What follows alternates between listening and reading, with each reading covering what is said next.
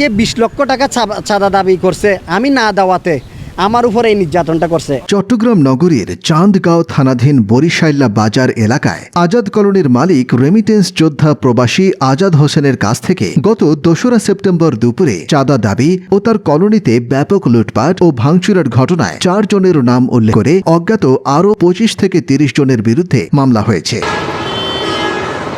চাঁদা দাবি ও তার কলোনিতে ব্যাপক লুটপাট ও ভাঙচুরের ঘটনায় মামলার আসামিরা হলেন মঞ্জুরুল হক, মোহাম্মদ জিয়াউল হক, মকিদুল হক এবং মোহাম্মদ হারুন। মামলার এজাহারে বাদী অভিযোগ করেন, আসামিরা সেনাবাহিনীর পরিচয় দিয়ে সন্ত্রাসী বাহিনী দিয়ে আমার মালিকানাধীন আজাদ কলোনিতে প্রবেশ করে ব্যাপক লুটপাট ও ভাঙচুর করে আসামিরা। আমি একজন কুয়েত প্রবাসী, দীর্ঘদিন যাবৎ 29 বছর বসবাস করতেছি। আমি খুব কষ্টের টাকা দিয়ে আমার সেমি পাকা ভাড়া ঘর করছি, প্রায় 22 শতক জায়গা। কিছুদিন আগে আগস্ট মাসে কিছু সন্ত্রাসীরা আমার ওই ভাড়া ঘরের মধ্যে ওই আমার স্ত্রীদের এবং ভাড়াটিয়াদের এসে যে বলতেছে যে এখানে চাঁদা দিতে হবে। আমার স্ত্রী যিনি একা, ইনি তো কিছু করতে পারবো না, তখন উনি আমাকে বিদেশে এগুলা জানাই। আমি কি করলাম, বিদেশ থেকে ওদের সাথে আমি যোগাযোগ করি। আমি বলছি আমি একজন প্রবাসী মানুষ, আমি কেন চাঁদা দিব।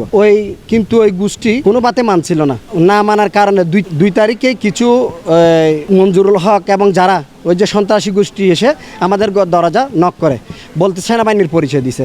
দরবার গেটটা খোলার পরে গেট খোলার পরে সাথে সাথে দেখতেছে যে অনেকগুলো সন্ত্রাসী বাহিনী গেটগুলো ওরা দ্রুত ঢুকে আগে ভাঙচুর করে গেট নিয়ে যাচ্ছে। তারপর ওই ক্যামেরা মনিটর সবগুলো নিয়ে যাচ্ছে। তখন সব আতঙ্কিত হয়ে গেল। তখন আমার স্ত্রী এসে দেখতে পাই ওখানে সেনাবাহিনীও ছিল। তখন আমার স্ত্রী, আমার ভাই, আমার ছেলে তো আমাকে এগুলো জানাচ্ছে, হ্যাঁ তাড়াতাড়ি তোমরা থানার আশ্রয় নাও। থানাতে ফোন করার পরে কোনো রেসপন্স পাচ্ছিল না। তখন উনি বলতেছে আমার পক্ষে এগুলো ঠেকেল দেওয়া সম্ভব হচ্ছে না। তখন আমি দ্রুত টিকিট নিয়ে বাংলাদেশে আছি। 5 তারিখে আমি থানাতে যাই। ওনারা একটা জিডি নেওয়ার পরে বলে যে আমরা এটা তদন্ত করব, তদন্ত করে সত্য ঘটনা হলে আমরা একটা এফআইআর রুজু করব। তখন আমি 7 তারিখ যখন আবার যাই, তখন ওনারা বলে যে হ্যাঁ সত্য ঘটনা আমরা খুঁজে পাইছি, তখন এফআইআর ওটা রুজু হয়। তখন আমি রুজু করার পরে 8 তারিখে আমি সেনাবাহিনীর জিওসির ওখানে একটা আবেদন নিয়ে যাই। ওনারা যখন এই আবেদন দেওয়ার পরে ওনারা আমাকে আশ্বস্ত করলো যে সেনাবাহিনী যখন পরিচয় দিল, মেজর মুজাহিদ বা কি আমি তো জানি না, মেজর শফিক বলল, তখন ওনারা অভিযোগটা নেওয়ার পরে ওনারা আমাকে আশ্বস্ত করলো এই দেশ স্বাধীন হলো শিক্ষার্থী জনগণের মাধ্যমে। এই অর্জন এই সন্ত্রাসীরা ব্যবহার করে যে সন্ত্রাসী কর্মকাণ্ড চালিয়েছে, কিন্তু এই অর্জন পূর্ণ করলো। তাইলে আজকে আমরা নিজেরাও আতঙ্কিত আছি।